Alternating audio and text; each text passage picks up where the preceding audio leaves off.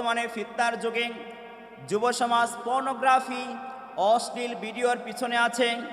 জীবন সঙ্গী হিসেবে যদি একজন ভালো নেককার স্ত্রীকে নির্বাচন করে যদি বিবাহ করত, তাহলে এই মানুষগুলো আর পর্নোগ্রাফি দেখতো না, এই মানুষগুলো আর ফেসবুক ভিডিওর পিছনে সময় ব্যয় করতো না, এই মানুষগুলো আর টিকটক ভিডিওর পিছনে সময় ব্যয় করতো না।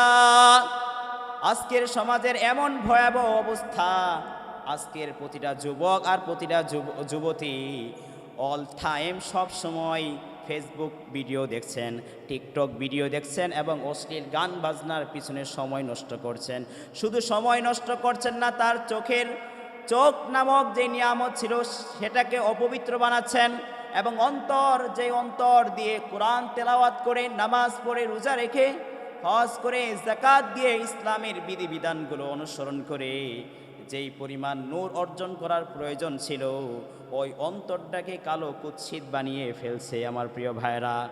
তবে আফসোস ও পরিতাপের বিষয় হলো, আমাদের সমাজে আমরা বিবাহকে কঠিন বানিয়ে ফেলেছি আর জিনা ব্যভিচারকে সহজ করে দিয়েছি।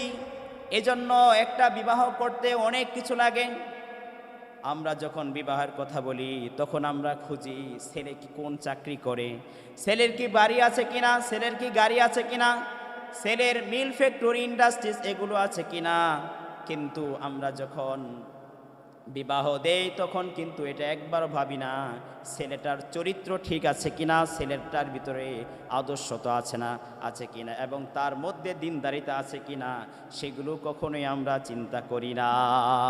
আজ আমি আপনাদের সামনে এমন একটি টপিক, এমন একটি গুরুত্বপূর্ণ বিষয় নিয়ে দণ্ডায়মান হয়েছি, উপবিষ্ট হয়েছি, তা হচ্ছে পর্নোগ্রাফি অবৈধ সম্পর্কের মহামারী।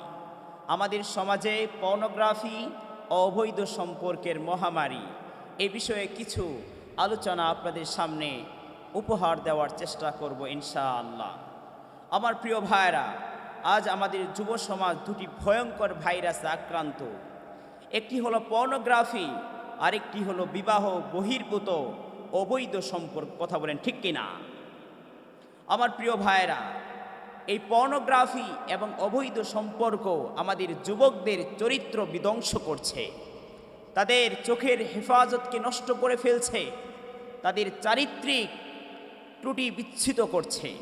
আমার প্রিয় ভাইরা, আমাদেরকে এই পর্নোগ্রাফি থেকে এবং অশ্লীল সিনেমা, টিভি, সিডি, অশ্লীল গান বাজনা, অশ্লীল বিষয় থেকে আমাদেরকে ফিরে আসতে হবে প্রিয় ভাইরা। আর এই চোখের খেয়ানত থেকেই শুরু হচ্ছে অন্তরের ভিতরে যত কলুষিত আছে, যত নাপাকি আছে, সব অন্তরের ভিতরে জমা হচ্ছে। এসব দিয়ে শুরু হয়ে পরকীয়া ও জিনার দিকে গড়াচ্ছে। পরিবারগুলো ভেঙে চড়ে খান খান হয়ে যাচ্ছে। এমন একটা পরিস্থিতি শুরু হয়ে যাচ্ছে যেটা বাবা তার সন্তানের কথা শুনছে না, আবার সন্তান তার বাবার কথা শুনছে না, মা তার মেয়ের কথা শুনছে না, মেয়ে তার মায়ের কথা শুনছে না। বাবার সামনে, মায়ের সামনে অপরিচিত একটা মেয়ে আরেকটা ছেলের সাথে অবৈধ সম্পর্ক করে তারা ঘর থেকে পালিয়ে যাচ্ছে। কথা বলেন ঠিক কিনা? আমার প্রিয় ভাইরা, এজন্য রব্বুল আলামিন তার মহাবিশ্বের মহাবিশ্বই মহাগ্রন্থ কুরআনুল কারীমের মধ্যে বলছেন, ওয়ালা তাকরাবুজ যিনা ইন্নাহু কানা ফাহিশাতান ওয়া সাআ সাবিলা। রব্বুল আলামিন বলছেন, তোমরা জিনার কাছেও যেও না, বরং জিনা তো করবা না, এটা অবশ্যই জিনা করবা না, বরং জিনার কাছেও যেও না। মুফাসসিরে কিরাম এই হাদিসের ব্যাখ্যা করেছেন, এই কুরআনুল কারীমের ব্যাখ্যা করেছেন। আল্লাহ তাআলা এখানে বলেন নাই তোমরা জিনা করো না, বরং আল্লাহ তাআলা বলেছেন ওয়ালা তাকরাবুজ জিনা, তোমরা জিনার কাছেও যেও না। এই আয়াতের ব্যাখ্যায় মুফাসসিরে কেরাম এবং মুহাদ্দিসিনে কেরাম তার হাদিস গ্রন্থের মধ্যে উল্লেখ করেছেন। আল্লাহ তাআলা যেখানে উল্লেখ করে দিয়েছেন ওয়ালা তাকরাবুজ জিনা, তোমরা জিনার কাছেও যেও না, এর অর্থ হলো জিনার কাছে তো যাবে না, অর্থাৎ যেই সমস্ত কাজ তোমাকে জিনার দিকে ধাবিত করে সেই সমস্ত কাজের দিকেও যাওয়া যাবে না। যেমন আজকে বর্তমানে ইউটিউব ভিডিও জিনার কাছাকাছি আপনাকে নিয়ে যাবে, ফেসবুক ভিডিও আপনাকে জিনার কাছাকাছি দিকে নিয়ে যাবে, পর্নোগ্রাফি এবং টিকটকের ভিডিও বর্তমান সমাজের যুবকটি এবং যুবক ভাইদেরকে জিনার কাছাকাছি নিয়ে যাচ্ছে। কথা বলেন ঠিক কিনা? রব্বুল আলামিন কোরআনুল কারীমের সূরাতুন নূরের 30 নম্বর আয়াতে বলছেন, কুল্লিল মুমিনিনা ইয়াগুদ্দু মিন আবসারিহিম ওয়া ইয়াহফাজু ফুরুজাহুম। রব্বুল আলামিন বলছেন, নবী হে আপনি মুমিন পুরুষদেরকে জানিয়ে দেন, তারা যেন পুরুষদেরকে বলে দেন তারা যেন তাদের দৃষ্টিকে অবনত রাখে এবং লজ্জাস্থানের হেফাজত করে। আল্লাহ পাক রব্বুল আলামিন এখানে চমৎকারভাবে সূরা নূরের 30 নম্বর আয়াতে বলে দিচ্ছেন যে নবী হে আপনি পুরুষদেরকে জানিয়ে দেন তারা যেন তাদের চক্ষু অবনত রাখে এবং নিজের লজ্জাস্থানের হেফাজত করে। আমার প্রিয় ভাইয়েরা, এই যে একটা সমস্যা, আল্লাহ পাক রব্বুল আলামিন চোখকে হেফাজত করতে বললেন, আবার লজ্জাস্থানকে হেফাজত করতে বললেন, এর মানে কি? এর জন্য সলিউশন, ভালো কোনো সমাধান দেননি। অবশ্যই আল্লাহ রব্বুল আলামিন তার বিশ্বনবী সাল্লাল্লাহু আলাইহি ওয়াসাল্লামের মাধ্যমে চমৎকার একটি অর্ডার দিচ্ছেন, চমৎকার একটি সমাধান দিচ্ছেন। বিশ্বনবী সাল্লাল্লাহু আলাইহি ওয়াসাল্লাম বলছেন, ইয়া মা'শারাশ শাবাব মান ইসতাতা'a মিনকুমুল বা'আতা ফালিয়াতাযাওয়াজ ফাইন্নাহু আগাদ্দু লিল বাসার ওয়া আহসানু লিল ফারজি ওয়া মান লাম ইস্তাতি ফা'আলাইহি বিস-সাওমি ফাইন্নাহু লাহু উজাউন। বিশ্বনবী সাল্লাল্লাহু আলাইহি ওয়াসাল্লাম বলছেন, হে যুব সমাজ, তোমাদের মধ্যে যে ব্যক্তি বিবাহ করতে সক্ষম সে যেন বিবাহ করে নেয়। কেননা এই বিবাহ করার মাধ্যমে বিবাহ তোমাকে তোমার দৃষ্টিকে অবনত রাখবে এবং তোমার লজ্জাস্থানকে হেফাজত করবে। কথা বলেন ঠিক কিনা? দ্বিতীয় হাদিসে আল্লাহ পাক রব্বুল আলামিন বলছেন, অনেকে বলে বিয়ে করলে খাবো কি, এখনো তো কেরিয়ার হয় নাই, এখনো তো বাড়ির মালিক হতে পারি নাই, এখনো তো গাড়ির মালিক হতে পারি নাই, এখনো তো সরকারি চাকরি পাই নাই, এখনো তো বড় কোনো অফিসার হতে পারি নাই, তাহলে বিবাহ করলে খাবো কি? বিবাহ করলে আমি একাই তো নিজে চলতে পারি না, আবার আরেকজনকে বিবাহ করার পরে তার সমস্ত ভরণ পোষণ কিভাবে দিব? অথচ আল্লাহ পাক রব্বুল আলামিন বলছেন, 3 শ্রেণীর ব্যক্তিকে সাহায্য করা আমার উপর আবশ্যক হয়ে যায়। এর মধ্যে একজন হচ্ছে ওই ব্যক্তি যে নিজের চরিত্র হেফাজত করার জন্য, নিজের চরিত্রকে পবিত্র রাখার জন্য বিবাহ করে। বিশ্বনবী সাল্লাল্লাহু আলাইহি ওয়াসাল্লাম বলছেন, সালাসাতুন হাক্কুন আলাল্লাহি আউনুহুম ওয়ান নাকিহুল্লাযী ইউরিদুল আফাফা। 3 শ্রেণীর মানুষকে সাহায্য করা আল্লাহ তাআলা আবশ্যক মনে করেন। তার মধ্যে একজন হলো ওই ব্যক্তি যে বিবাহ করতে ইচ্ছুক, যে বিবাহের মাধ্যমে নিজের চরিত্রকে পবিত্র রাখতে চায়। আমার প্রিয় ভাইয়েরা, যেখানে আসমানের মালিক, জমিনের মালিক আল্লাহ তাআলা আপনি আমার রিজিকের ব্যবস্থা করে দিচ্ছেন, আল্লাহ তাআলা রিজিকের ব্যবস্থা করার প্রতিশ্রুতি দিচ্ছেন যে 3 শ্রেণীর ব্যক্তিকে সাহায্য করা আমি আল্লাহ পাক রব্বুল আলামিনের উপর আবশ্যক, সেখানে হালাল বিবাহ করা আমাদের জন্য সমস্যাটা কোথায়? আজকে আমরা যত হালাল বিবাহকে দিন দিন পিছিয়ে দিচ্ছি, অতই আমাদের সমাজে, আমাদের দেশে, আমাদের রাষ্ট্রে জিনার প্রচলন বেশি বেশি হচ্ছে। আমার প্রিয় ভাইয়েরা, একটি হালাল সম্পর্ক,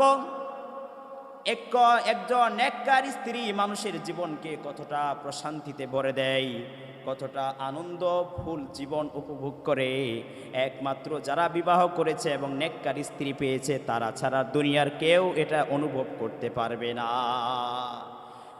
আল্লাহর হাবিব সাল্লাল্লাহু আলাইহি ওয়াসাল্লাম বলছেন, ইন্নাদ দুনিয়া কুল্লাহা মাতাউন ওয়া খায়রু মাতা'id দুনিয়া আল মারআতুস সালিহা।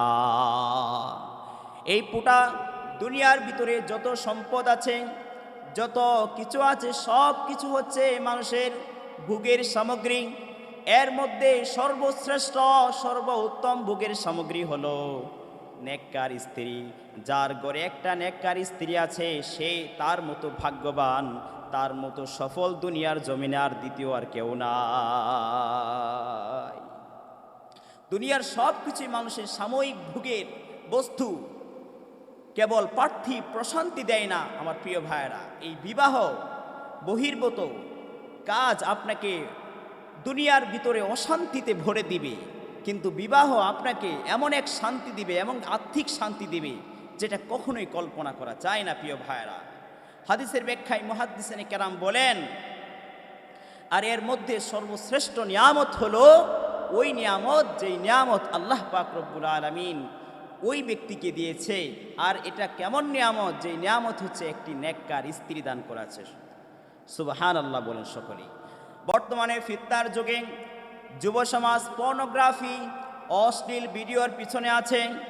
জীবন সঙ্গী হিসেবে যদি একজন ভালো নেককার স্ত্রীকে নির্বাচন করে যদি বিবাহ করত, তাহলে এই মানুষগুলো আর পর্নোগ্রাফি দেখত না, এই মানুষগুলো আর ফেসবুক ভিডিওর পিছনে সময় ব্যয় করত না, এই মানুষগুলো আর টিকটক ভিডিওর পিছনে সময় ব্যয় করত না। আজকের সমাজের এমন ভয়াবহ অবস্থা, আজকের প্রতিটা যুবক আর প্রতিটা যুবতী অল টাইম সব সময় ফেসবুক ভিডিও দেখছেন, টিকটক ভিডিও দেখছেন এবং অশ্লীল গান বাজনার পিছনে সময় নষ্ট করছেন। শুধু সময় নষ্ট করছেন না, তার চোখ নামক যে নিয়ামত ছিল সেটাকে অপবিত্র বানাচ্ছেন এবং যে অন্তর দিয়ে কোরআন তেলাওয়াত করে, নামাজ পড়ে, রোজা রেখে, হজ করে, যাকাত দিয়ে, ইসলামের বিধিবিধানগুলো অনুসরণ করে যেই পরিমাণ নূর অর্জন করার প্রয়োজন ছিল, ওই অন্তরটাকে কালো কুৎসিত বানিয়ে ফেলছে আমার প্রিয় ভাইরা। তবে আফসোস ও পরিতাপের বিষয় হলো, আমাদের সমাজে আমরা বিবাহকে কঠিন বানিয়ে ফেলেছি আর জিনা ব্যভিচারকে সহজ করে দিয়েছি। এজন্য একটা বিবাহ করতে অনেক কিছু লাগে। আমরা যখন বিবাহের কথা বলি তখন আমরা খুঁজি ছেলে কি কোন চাকরি করে, ছেলের কি বাড়ি আছে কিনা, ছেলের কি গাড়ি আছে কিনা, ছেলের মিল ফ্যাক্টরি ইন্ডাস্ট্রিজ এগুলো আছে কিনা। কিন্তু আমরা যখন বিবাহ দেই তখন কিন্তু এটা একবার ভাবি না ছেলেটার চরিত্র ঠিক আছে কিনা, ছেলেটার ভিতরে আদর্শতা আছে কিনা এবং তার মধ্যে দিনদারিতা আছে কিনা, সেগুলো কখনোই আমরা চিন্তা করি না। আমার প্রিয় ভাইরা, আজকে যারা এখানে অভিভাবকরা আছেন, আপনাদের দৃষ্টি আকর্ষণ করে বলছি, আপনাদের ছেলে মেয়েদেরকে অযথায় বিবাহ বন্ধনে আবদ্ধ হতে বিলম্ব করবেন না। একটা পড়াশোনা যখন একটা পর্যায়ে চলে যাবে এবং আয়ের একটা উৎস ব্যবস্থা হয়ে যাবে, তখনই আপনি তার সাথে বিবাহ দিয়ে দেন। কারণ বিশ্বনবী সাল্লাল্লাহু আলাইহি ওয়াসাল্লাম বলছেন, ইদা খাতাবা ইলাইকুম মান তারদাউনা দীনাহু ওয়া খুলুকাহু ফাযাওউজু ইল্লা তাফআলু তাকুন ফিতনাতুন ফিল আরদি ওয়া ফাসাদুন আরীদ। বিশ্বনবী সাল্লাল্লাহু আলাইহি ওয়াসাল্লাম বলছেন, ইদা খাতাবা ইলাইকুম মান তারদাউনা দীনাহু, যখন তোমাদের কাছে এমন কোনো ব্যক্তি বিবাহের প্রস্তাব দেয় যার দিনদারি সম্পর্কে, যার চরিত্র সম্পর্কে তোমরা ভালো জানো, তাহলে তোমরা তার কাছে বিবাহ দিয়ে দাও। কারণ বিবাহ দেওয়ার মধ্যেই শান্তি আছে। আর যদি তুমি তার কাছে বিবাহ না দিয়ে দাও, ছেলের বাড়ি দেখো, গাড়ি দেখো, তার স্ট্যাটাস দেখো, তাহলে দেখবা সমাজের ভিতরে এবং দেশের ভিতরে যে পরিমাণ বিশৃঙ্খলা আর যে পরিমাণ অরাজকতার সৃষ্টি হবে, পরবর্তীতে এগুলো সামলানো কখনো সম্ভব না।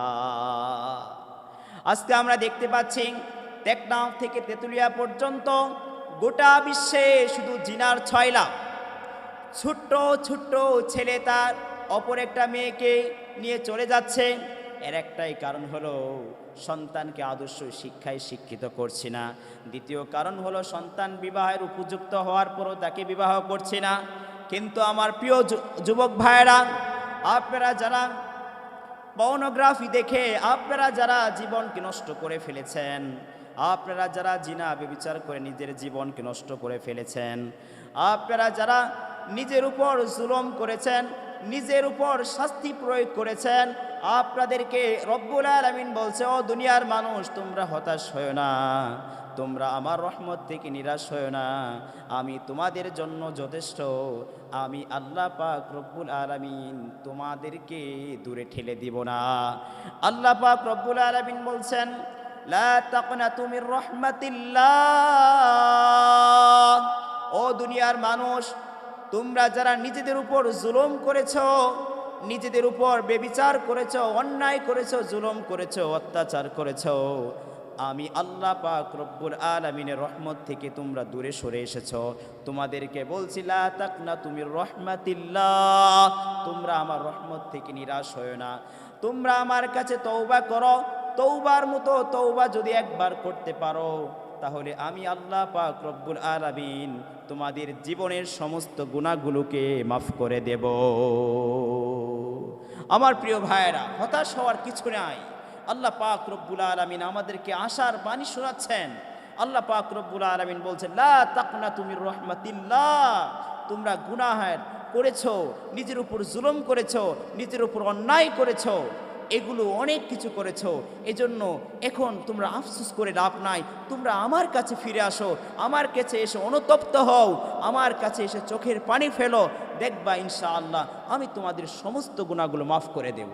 এরপরে পরবর্তীতে তোমার জীবনটাকে আলোকিত জীবন হিসেবে গঠন করার চেষ্টা করো এবং সুন্দর একটা লাইফ গঠন করার চেষ্টা করো। অযথা কোনো মেয়ের দিকে আর চোখ ফিরিয়ে তাকিও না, অযথা অশ্লীল সিনেমা দেখো না, আর টিকটক ভিডিওর পিছনে সময় দিও না, আর ফেসবুকের পিছনে সময় দিও না, আর ইউটিউবের স্ক্রলিং করতে করতে রাত পার করে দিও না। আমার প্রিয় ভাইরা, আসো কোরআন ও সুন্নাহর পথে আসো, নামাজের দিকে আসো, কোরআনের দিকে আসো। দেখবি আল্লাহ পাক রব্বুল আলামিন কলবের মধ্যে, অন্তরের ভিতরে এমন এক শান্তি বিদ্যমান করে দিবেন, যা পৃথিবীর মধ্যে টাকা দিয়ে, বাড়ি দিয়ে, গাড়ি দিয়ে, মিলার ফ্যাক্টরি, ইন্ডাস্ট্রিজ কোনো কিছুই দিয়ে অর্জন করা সম্ভব না। আমার প্রিয় ভাইরা, এজন্য সর্বশেষ আমাদের প্রিয় অভিভাবকদেরকে বলবো, আপনার সন্তান যখনই বড় হয়ে যাচ্ছে তখনই তার খোঁজ খবর নেন, তার চরিত্র হেফাজত করছে কিনা। আপনার সন্তান বড় হয়ে যাচ্ছে, সন্তান বড় হয়ে যাওয়ার পরও বিবাহ করতে চাচ্ছে না, ওই সন্তানের পিছে লেগে যান। ওই সন্তানের বন্ধু বান্ধবদেরকে জিজ্ঞাসা করেন, তার ছোট বড় ভাইদেরকে জিজ্ঞাসা করেন, আপনার সন্তানকে যেন তারা ফলো করে। আপনার সন্তান কোথায় যায়, আপনার সন্তান কোথায় কি করে, কত ঘন্টা মোবাইল সেটিং করে, ক্যাফেতে আড্ডা দেয়, কত ঘন্টা মেয়েদের সাথে কথা বলে, কোন কোন জায়গায় যায়, সব কিছু খোঁজ খবর নেন। সব কিছু খোঁজ খবর নেওয়ার পরে যদি আপনি দেখতে পান আপনার সন্তান চরিত্রবান, আপনার সন্তান একজন আদর্শ সন্তান, আপনি তাকে লেখাপড়া করতে দিচ্ছেন, সে সঠিকভাবে লেখাপড়া করছে, আপনি তাকে ডানে যেতে বলছেন, সে ডানে যাচ্ছে, আপনি তাকে বামে যেতে বলছেন, আপনাকে সে বামে যাচ্ছে, আপনি যখন যেই কাজের আদেশ করছেন তখন সে পরিপূর্ণভাবে সেই কাজগুলো করছে এবং ইসলামের কোনো আইনকে সে লঙ্ঘন করছে না, তাহলে আপনি মনে করবেন যে আপনার সন্তান সঠিক আছে, সঠিক পথে আছে। আর যদি দেখেন আপনার সন্তান টেন্ডারবাজি করছে, আপনার সন্তান চুরি করছে, ডাকাতি করছে, সন্ত্রাসী করছে, আপনার সন্তান ক্যাফেতে আড্ডা দিচ্ছে, আপনার সন্তান ওই মেয়ের সাথে আড্ডা দিচ্ছে, পরকীয়ার সাথে জড়িত আছে এবং বিভিন্ন অশ্লীল সিনেমা, বিভিন্ন অশ্লীল গান বাজনার সাথে জড়িত আছে, তাহলে আপনার সন্তান যদি উপযুক্ত হয়ে থাকে ওই সন্তানকে ধরে একজন নেককার মেয়ের সাথে বিবাহ পড়িয়ে দেন। দেখবেন আপনার সন্তানের যত পাগলামি আছে, যত অহেতুক কথাবার্তা আছে, যত খারাপ নেশা আছে, সব কিছু আস্তে আস্তে দূর হয়ে যাবে। আল্লাহ পাক আমাদের সকলকে বুঝার এবং আমল করার তৌফিক ইনায়েত দান করুন। আমিন।